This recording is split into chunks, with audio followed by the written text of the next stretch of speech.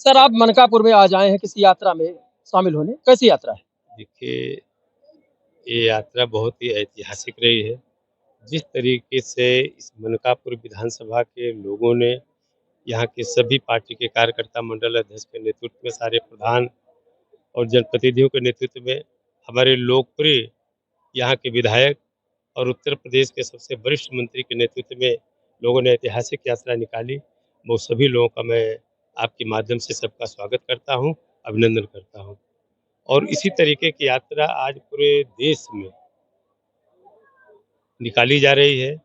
जिस तरीके से इस देश के यशस्वी प्रधानमंत्री आदरणीय नरेंद्र मोदी जी के मार्गदर्शन में आज पूरे देश में अपने लौह पुरुष के सम्मान में, उनके याद में, उनके किए गए कार्यों को याद करते हुए जिस तरीके से लौह पुरुष सरदार पटेल जी ने ऐतिहासिक निर्णय अपने गृह मंत्री और प्रधानमंत्री रहते हुए जिन्होंने लिया था, जिन्होंने किसान आंदोलन के तहत जो सत्याग्रह किया बारडोली, जिनके नाते उन्हें लौह पुरुष के खिताब मिला था, आज उसको लोग याद करके लोगों का हौसला बढ़ रहा है, सीना गदगद हो जा रहा है।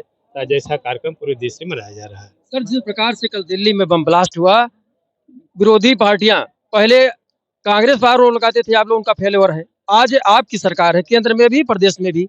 ऐसी स्थिति में अगर बम ब्लास्ट होता है तो क्या सुरक्षा एजेंसियों का फेल्योर माना जाए? देखिए, आप लोग देखते होंगे इस देश के यशस्वी प्रधानमंत्री जिन्होंने लौह पुरुष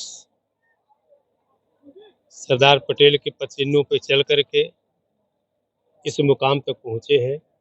कल के ब्लास्ट के बाद जिस तरीके से देश के प्रधानमंत्री का वक्तव्य रहा, हम किसी को छोड़ेंगे नहीं। देश के गृह मंत्री का जो बयान आपने पढ़ा होगा, देश के रक्षा मंत्री का बयान आपने पढ़ा होगा, और इसके पहले जब तक ऐसी घटनाएं हुई है इस देश पर, आतंकी घटनाएं, उसका मुंहतोड़ जवाब इस यशस्वी प्रधानमंत्री के नेतृत्व में इस भारतीय सेना ने हमेशा दिया है, जवाब दिया है। और आज इसी नाते आज अंतर्राष्ट्रीय मंच पर भी आज मोदी जी के नेतृत्व में आज देश की साख बढ़ रही है।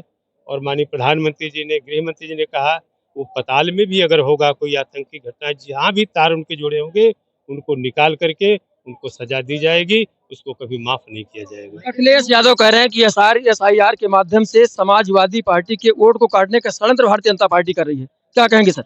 देखिए, जब पूरी तरीके से आज पूरा विपक्ष या महागठबंधन जब हताश और निराश है, यही रोना बिहार के चुनाव में भी लोग कर रहे थे। पूरी, चाहे महागठबंधन के जितने भी उनके एलाई पार्टनर थे, सारे लोग पूरे चुनाव भर एसआईआर को लेकर के यही सब रोना रे रहे थे।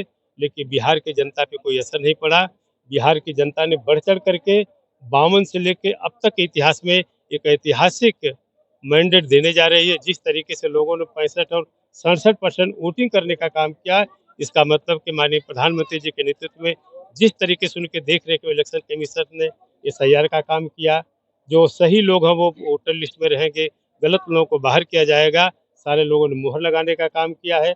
कल आपने एग्जिट पोल में देखा है कि जिस तरीके से सारे एजेंसियों ने जो एग्जिट पोल में दिखाया है, और मुझे लगता है एग्जैक्ट आपको दिखाई देगा जब 14 को मतगणना होगी, तो भारी बहुमत के साथ जो एनडीए की सरकार बनने जा तो रही आप है। लोग पहले जान जाते हैं सरकार हमारी बनने वाली?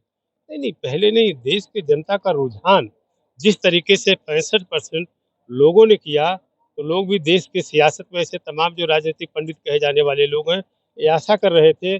और ये लोग जो दिवा स्वप्न देखने वाले महागठबंधन के साथी जो सरकार बनाने के बारे में सोच रहे थे कि 65% जब वोट पड़ा है, तो एंटी इनकमेंसी के नाते जो है लोग सत्ता के विरोध में लोग वोट दे रहे हैं। लेकिन जिस तरीके से माननीय प्रधानमंत्री के नेतृत्व में, माननीय नीतीश जी के नेतृत्व में जिस तरीके से वहाँ की महिलाओं ने बढ़ चढ़ करके वोट किया है, आपको पता चल जाएगा कि भारी बहुमत से वोट दिया है। और ये निशानी है कि एनडीए की सरकार बनने जा रही है। आप महिलाओं की बात करते हैं, महिलाओं की आत्मनिर्भरता की बात करते हैं। भारतीय जनता पार्टी हमेशा महिलाओं को आत्मनिर्भर बनाने की बात करती है। देखिए, सोना, गोल्ड जो होता है, महिलाओं का परिवार के बाद सबसे महत्वपूर्ण अगर कोई उनके जीवन में है तो गोल्ड है।